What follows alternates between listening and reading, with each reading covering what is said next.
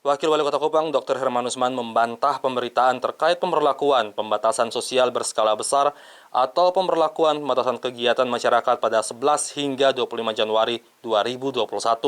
Herman juga mengatakan himbauan penerapan PSBB atau PPKM hanya berlaku untuk wilayah Jawa Bali, sedangkan tidak untuk Kota Kupang. Harus ada persetujuan dari Menteri Kesehatan, jika disetujui baru diumumkan PSBB. Herman Usman mengatakan jika Kota Kupang menerapkan PSBB atau PPKM maka harus memenuhi 4 indikator. Jadi Kota Kupang itu belum. Kalau ada yang mengatakan bahwa kita PSBB dari tanggal 11 sampai 25 itu karena itu mungkin salah mendengar atau mispersepsi.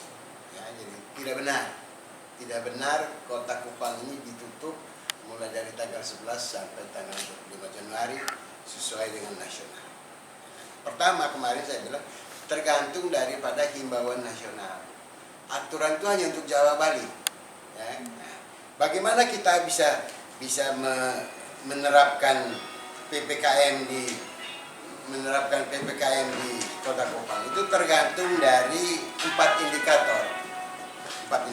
Indikator yang pertama adalah tingkat kematian, ya, tingkat kematian. Kalau kematian kita rata-rata di atas kematian nasional, maka indikator ini terpenuhi. Nah, data kita mengatakan, ya,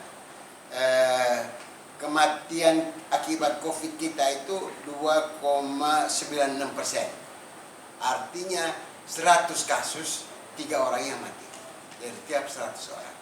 Nasional hampir mendekati 3. Jadi kita abaikan itu kriteria indikator. Yang kedua adalah tingkat kesembuhan. Ya. Nasional orang sembuh itu 82,6%. Artinya dari 100 pasien yang sembuh itu 82 atau 83 orang. Tetapi Kota Kupang itu tidak sampai 40%. Artinya 100 pasien yang dirawat, yang sembuh itu tidak sampai 40 orang. Artinya kriteria ini sudah terpenuhi. Yang berikut pemakaian tempat tidur, ruang isolasi. Kita sudah melebihi kapasitas di atas 100%. Artinya tidak ada lagi tempat tidur yang kosong. Ya, tidak ada lagi tempat. Bor itu sudah lebih-lebih orang panggilan. Ya. Dari 4 indikator ini, saudara-saudara, saya mau mengatakan Kota Kupang itu 2. Yaitu tingkat kesembuhan yang rendah, dan yang kedua pemakaian tempat tidur.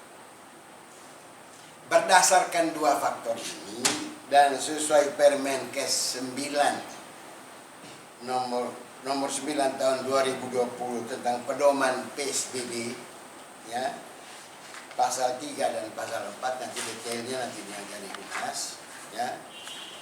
Maka Wali Kota akan mengajukan permohonan itu ke Gubernur dan ke Menteri Kesehatan dengan melampirkan data-data tadi, 2 penyebaran kasus dan peta gambaran transmisi lokal. Kalau nanti pemerintah pusat, dalam hal ini Menteri, menyetujui, baru kita deklarasi tentang penutupan Kota Kupang.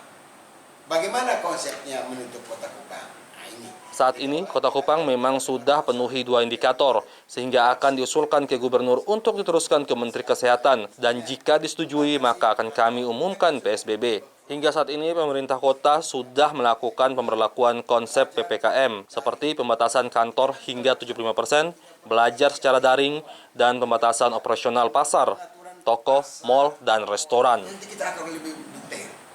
Meskipun pedoman nasional sudah ada, tapi lokal nanti akan ada. Contoh misalnya, mungkin ya, tolong ada kata mungkin.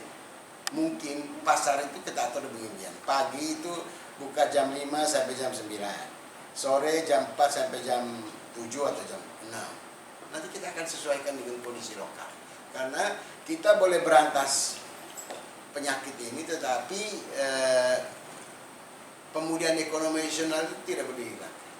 Nanti mal-mal kita batasi, bukan tutup, batasi. Hanya mungkin sampai jam 7 malam. Nah, restoran mungkin hanya sampai 30%. Tapi restoran yang take away atau yang antar jemput, itu kita buka 100%. Jadi masyarakat tidak protes dan ekonomi masih berjalan. Masih ada lagi kegiatan-kegiatan lain yang nanti kita akan rumuskan sesuai lokal. Moga-moga minggu depan Forkompinda itu rapat, gugus tugas kota, kita merumuskan langkah-langkah teknis akibat indikator-indikator ini dan langkah-langkah penutupan. Saya kira itu yang paling penting. Jadi kita sekali lagi saya menegaskan tidak ada, jangan masyarakat resah. Ya, oke. Giri Rudolf, FBTC melaporkan. Viral di medsos Bapak bahwa